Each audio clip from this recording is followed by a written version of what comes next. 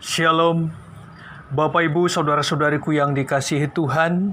Semoga kita semua tetap dalam keadaan sehat, baik secara jasmani maupun secara rohani.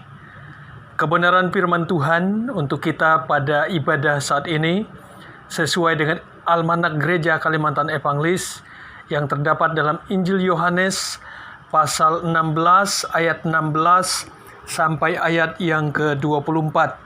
Silakan dibaca di rumah masing-masing. Saya hanya membaca ayat yang ke-16 yang berbunyinya demikian. Tinggal sesaat saja, dan kamu tidak melihat aku lagi. Dan tinggal sesaat saja pula, dan kamu akan melihat aku. Demikian firman Tuhan. Saudara-saudariku yang dikasihi Tuhan, sebelum Yesus berpisah dan meninggalkan murid-muridnya, Yesus mempersiapkan murid-muridnya dan mengingatkan murid-muridnya tentang kondisi yang akan mereka alami kelak. Pertanyaannya adalah, kenapa Yesus berpisah dan meninggalkan mereka? Paling tidak ada dua peristiwa. Yang pertama adalah bahwa Yesus akan mati di salib. Saat itu kondisi murid-murid Yesus, mereka akan sangat berduka cita dan dunia bergembira.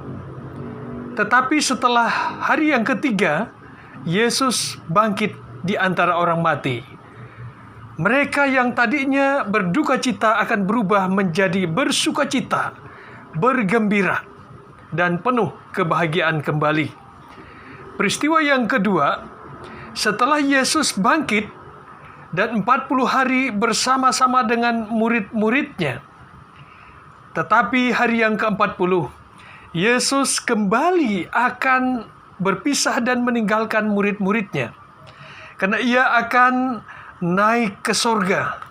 Itu berarti murid-muridnya kembali tidak bersama-sama dengan Yesus secara jasmani.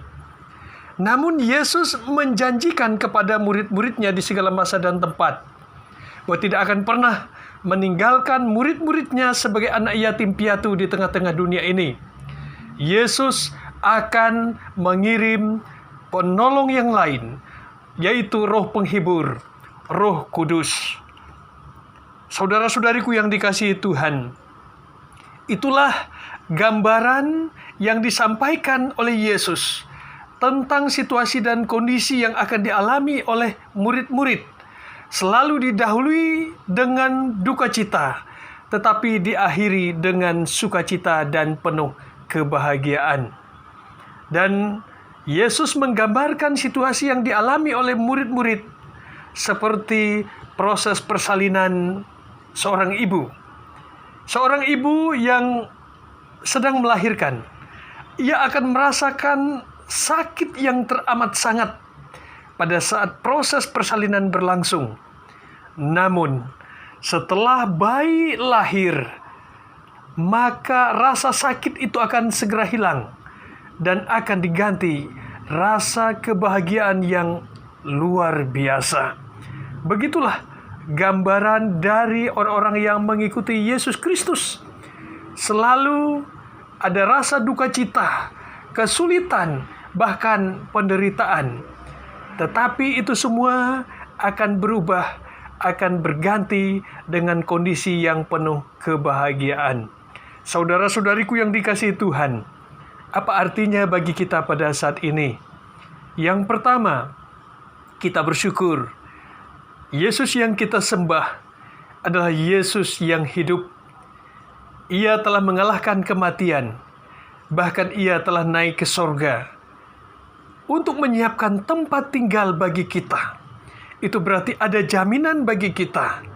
Meskipun nanti suatu saat semua kita pasti akan mati. Tetapi ada kepastian tempat. Ada kepastian jaminan kehidupan yang kekal bagi kita.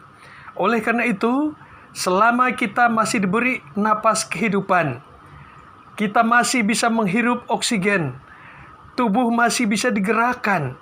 Jangan sia-siakan hidup ini.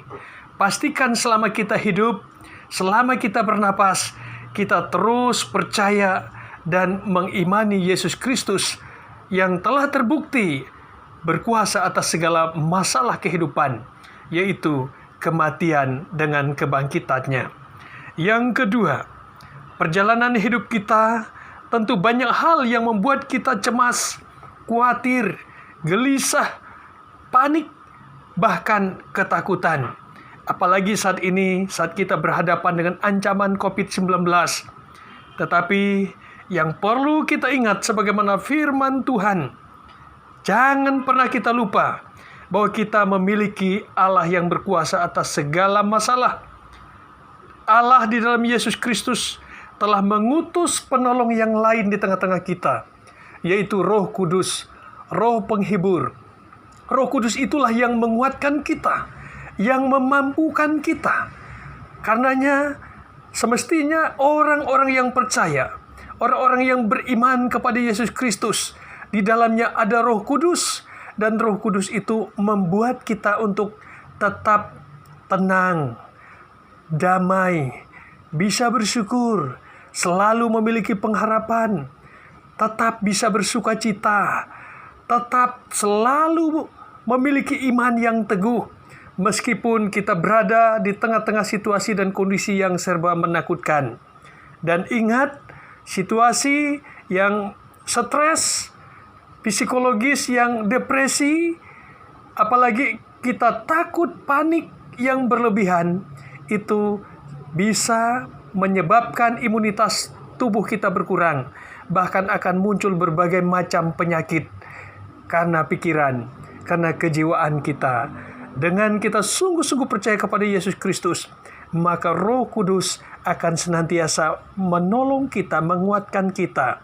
Dan terlebih tatkala kita selalu berdoa, maka Yesus yang hidup, Ia berdoa kepada Bapa, dan Bapa mendengarkan doa kita. Itulah yang menjadi dasar kenapa setiap pagi dan malam, bahkan setiap waktu, kita tidak boleh putus-putusnya di dalam doa kepada Tuhan kita Yesus Kristus. Karena doa adalah napas rohani, tanda kita masih hidup, rohani kita masih sehat, dibuktikan dengan rindu dan haus untuk selalu berdoa kepada Tuhan di dalam Yesus Kristus. Tuhan Yesus memberkati kita dan firman-Nya. Amin.